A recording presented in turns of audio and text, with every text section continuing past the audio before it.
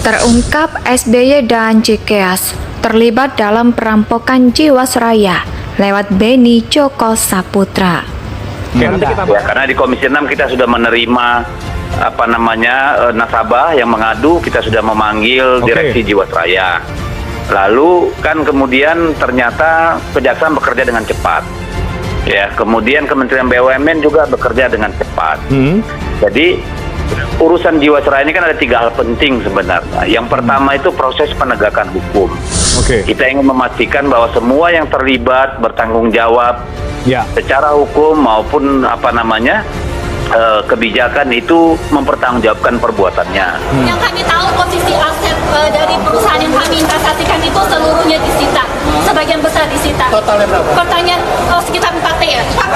Sekitar 4 triliun. Pertanyaan kami adalah kenapa pemerintah menggebu-gebu sekali untuk membela dan menaruh atensi kepada nasabah Jiwasraya, tapi menghiraukan nasabah Wanaata, yaitu kami sendiri. Kami disebut oknum, kami disebut orang-orang yang mengaku nasabah, padahal kami adalah nasabah murni. Itu yang kami pertanyakan. Kenapa pemerintah?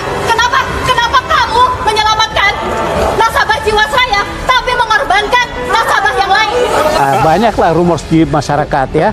Ya, salah satunya dikatakan juga Demokrat katanya ada kaitannya karena ini terjadi. Karena menurut Pak Jokowi 10 tahun yang lalu. Ya, jadi sebaiknya dibuka saja, lebih bagus. Rakyat tentu tuh akan menanti-nanti dan akan bijaksana akan menilai. Oh, kalau itu dibuka secara transparan, tentu juga rakyat akan berterima kasih tentunya. Dan ini kan harus dipertanggungjawabkan pada rakyat, ya kan? 13,7 triliun itu adalah sesuatu jumlah yang sangat luar biasa, ya kan? Jadi saya pikir akan lebih bagus. Nah, kalau pembentukan panja ini kan skopnya terlalu kecil. Dalam putusan itu terlihat jelas bahwa mindset hakim sudah berorientasi pada konsep pemberian efek jerah, yaitu antara pemidanaan penjara yang maksimal diikuti dengan pemulihan kerugian keuangan negara, yang mana vonis penjaranya seumur hidup diikuti juga dengan uang pengganti yang nilainya sangat fantastis. Indonesia sejak dulu kala tetap dipuja-puja bangsa. Partai Demokrat memang dikenal sebagai partai paling solid. Kesolidan mereka bertujuan untuk menutup borok masing-masing dengan slogan katakan tidak pada korupsi, padahal yang korupsi ya karena Demokrat sendiri. Ini makanya ketika Jokowi hendak membuka kasus Jiwasraya yang merugi sejak 2006, SBY beserta kader Demokrat seperti cacing kepanasan. Itu semua karena ada borok mereka yang hendak dibuka. Ternyata Jiwasraya seperti skandal Bank Senturi yang hendak dibuat merugi dengan dalih investasi sebelumnya diberitakan dari earthnews.com. Diduga mega korupsi di Jiwasraya terjadi bersamaan dengan terbitnya produk JF Implan pada tahun 2013 hingga 2018 lalu. Perusahaan plat merah ini dianggap banyak melakukan investasi pada aset-aset dengan resiko tinggi untuk mengejar keuntungan tinggi, yakni penempatan saham sebanyak 22,4%, senilai 7 triliun rupiah dari aset finansial. Lalu penempatan reksadana sebanyak 50,9%, 19,9 triliun rupiah. Akibatnya PT Asuransi Jiwasraya sampai hingga Agustus 2011 benar potensi kerugian negara sebesar 13,7 triliun rupiah. Produk itu menawarkan persentase bunga di atas nilai rata-rata berkisar 6,5% hingga 10%. Berkat penjualan produk ini, Persero memperoleh pendapatan total dari remix sebesar 53,27 triliun rupiah. Direksi lama menempatkan dana nasabah pada saham-saham dikelola Heru Hidayat dan Beni Joko Saputra, seperti PT SMR Utama Tbk, PT Trada Alam Minera, PT Inti Agri Research, PT Hanson International Tbk, PT Rimau International Lestari Tbk, dan PT Capitaling Investment Tbk. Tim audit Badan Pemeriksaan Keuangan menyebutkan bahwa investasi Jiwasraya pada MTN Hanson senilai 680 miliar rupiah beresiko gagal bayar. Pemilik PT Hanson International sendiri adalah Beni Joko Saputra. Kaum berat Klen Joko Saputra memiliki perusahaan bernama PT Powertel Kaum. Diki Joko Saputro duduk sebagai direktur utama, sedangkan komisaris utamanya dipegang adik ipar SBY Hartanto, Edi Wibowo. Salah satu kader Demokrat yang juga menjadi komisaris adalah Roy Suryo. Dalam buku Gurita Cikeas, karangan George Adi Condro, disebutkan PT Powertel terlibat membiayai dana kampanye SBY. Bukunya juga berusaha menjawab rahasia di balik kemenangan fantastis Partai Demokrat. Suara pemilih Demokrat naik 3 kali lipat dalam satu periode. Pemerintah dari sekitar 7% menjadi sekitar 20%. Mendanai luar biasa besaran serta besarnya pembelian suara oleh para kadernya, memainkan peranan besar dalam melonjaknya angka pilihan.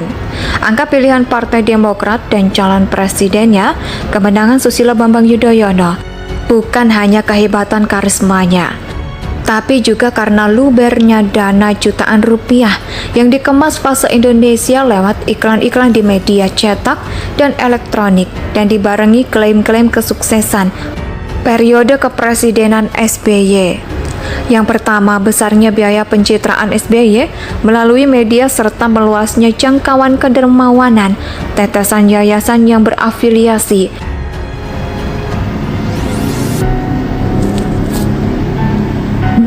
Partai Demokrat memang dikenal sebagai partai paling solid. Kesolidan mereka bertujuan untuk menutup borok masing-masing. Dengan slogan katakan tidak pada korupsi, padahal yang korupsi ya karena Demokrat sendiri. Ini makanya ketika Jokowi hendak membuka kasus Jiwasraya yang merugi sejak 2006, SBY beserta kader Demokrat seperti cacing kepanasan. Itu semua karena ada borok mereka yang hendak dibuka. Ternyata Jiwasraya seperti skandal Bank Senturi yang hendak dibuat merugi dengan dalih investasi, sebelumnya diberitakan dari earthnews.com. Diduga mega korupsi di Jiwasraya terjadi bersamaan dengan terbitnya produk JF Implant pada tahun 2013 hingga 2018 lalu. Perusahaan plat merah ini dianggap banyak melakukan investasi pada aset-aset dengan resiko tinggi untuk mengejar keuntungan tinggi, yakni penempatan saham sebanyak 22,4%, senilai 7 triliun rupiah dari aset finansial. Lalu penempatan reksadana sebanyak 50,9%, 19,9 triliun rupiah. Akibatnya PT Asuransi Jiwasraya sampai hingga Agustus 2011 benar potensi kerugian negara sebesar 13,7 triliun rupiah. Produk itu menawarkan persentase bunga di atas nilai rata-rata berkisar 6,5% hingga 10%. Berkat penjualan produk ini, Persero memperoleh pendapatan total dari remix sebesar 53,27 triliun rupiah. Direksi lama menempatkan dana nasabah pada saham-saham dikelola Heru Hidayat dan Beni Joko Saputro, seperti PT SMR Utama Tbk, PT Trada Alam Minera, PT Inti Agri Research, PT Hanson International Tbk, PT Rimau International Lestari Tbk, dan PT Capitaling Investment Tbk. Tim audit Badan Pemeriksaan Keuangan menyebutkan bahwa investasi Jiwasraya pada MTN Hanson senilai 680 miliar rupiah beresiko gagal bayar. Pemilik PT Hanson International sendiri adalah Beni Joko Saputra. Kaum berat Klen Joko Saputra memiliki perusahaan bernama PT Powertel Kaum.